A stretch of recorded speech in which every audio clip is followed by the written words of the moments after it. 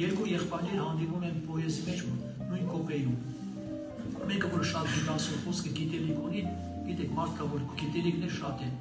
բայց հոգևոր կյանք այնպես չի։ Իսկ մեկը շատ խոյեմ անձնավորություն է եղել։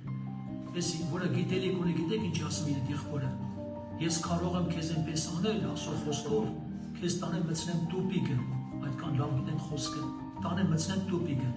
Բայց այդ եղբայրը գիտեք, այդ խոյեմ եղբայրը ինչ ասել ա։ Բայց ես մի բան գիտեմ, որ Աստծո խոսքը մարդուն տուպիկ չի տանում, տուպիկից է անում։ Դժվարությունից է անում։ Չի գցում դժվարության մեջ։ Աստծո խոսքը ունի մեծ զորություն։ Եղբայրներ քույրեր, ինչի համար գրված է առաքյալն ասում, պատվեր տուր, մարդիկ, որ հարուստները չպարտանան իրենց հարստության վրա, հույսերը չդնեն, ապա կենտանու Աստծո վրա դնեն, որ ամեն բան մեզ տալիս է վայելելու, բարի գործենք, բարի գործեր անենք, անատաձեռն ուրիշների պիտույտ հաղորդենք, բարի հիմք անցենք, անձերնու համար, որ հավիտական կյանք ձեռք բերենք։